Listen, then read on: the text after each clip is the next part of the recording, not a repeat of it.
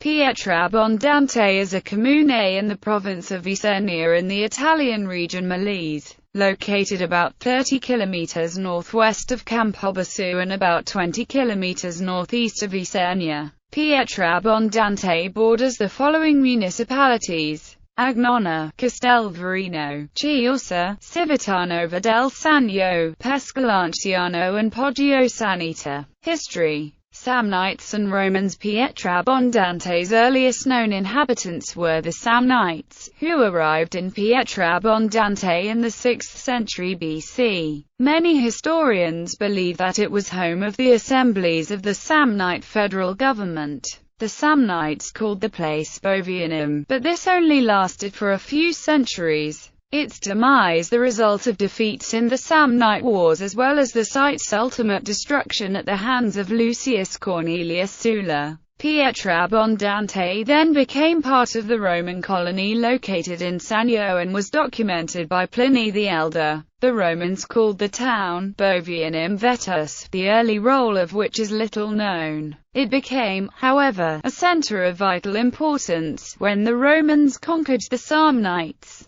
Pietrabbondante became a place of reference for checking the Alto Molise. The Samnite town stretched for just over 600 meters. Nevertheless, the area remains rich in archaeological material. Excavations in the 1840s brought to light sections of marble statues, clay tools, coins, weapons, etc. A very notable archaeological find is the temple and the theatre built of polygonal limestone. That is a rare Italian example of retaining a Greek structure built by the Samnites. Lombard. After the Lombards of the 8th century, it came to be designated by the name of Pietrabbondante. The current name is relatively recent and is etymologically justified because the area is rich in limestone rocks and debris. In 957, the city was the capital of one of 34 counties in which it was divided by the Duchy of Benevento. Noble families intertwined with governing Pietrabbondante include Cantelmo, the Carafa, the Marquises d'Andrea, and finally to d'Alessandro.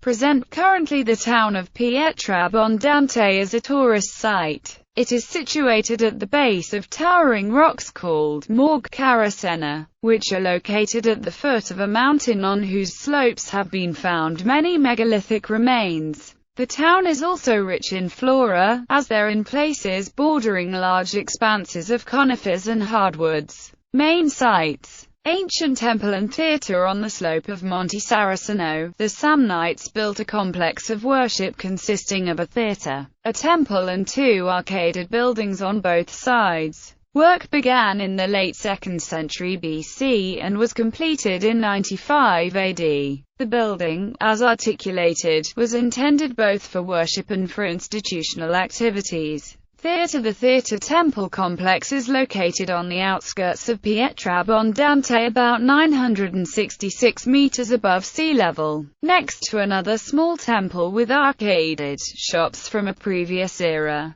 To build it, the Samnites situated 2 terraces along the side of the mountain, but at different levels on a single axis. The top 2 buildings housed the temple and side porches. The overall size of the area is 55 by 90 meters. The theatre consists of 2 elements: the auditorium and the building stage, which are linked together by 2 stone arches. The auditorium is capable of holding up to 2,500 spectators and has excellent acoustics. Each of the seats was created from a single stone block with the dorsal elegantly thrown backwards. Signs at both ends of each row reserved them for judges, priests, and so on. On both sides of the orchestra, retaining walls of the embankment end with atlases carved in stone. The entire embankment is supported by large semicircular and polygonal blocks processed by cutting without regular contours. The theatre sits on the site of an ancient Ionic temple portico, which was destroyed by Hannibal in 217 BC. The temple, measuring 22 by 35 meters, lies behind the amphitheatre. Today, the only structures remaining are the base and the 8 columns that rose in front. The columns were topped with Corinthian order capitals, and had clad pottery decorated in the back with 3 segments paved with fine mosaics. Each of the mosaics were dedicated to different deities. The roof was built with trusses, stringers, plates and tiles, each weighing 52 kilograms, from vent afro. Cells and columns made up its foundations, so the mighty outer wall of the podium served as a simple decorative coating. Elaborate cornices decorated with floral motifs and ram's heads topped the altars.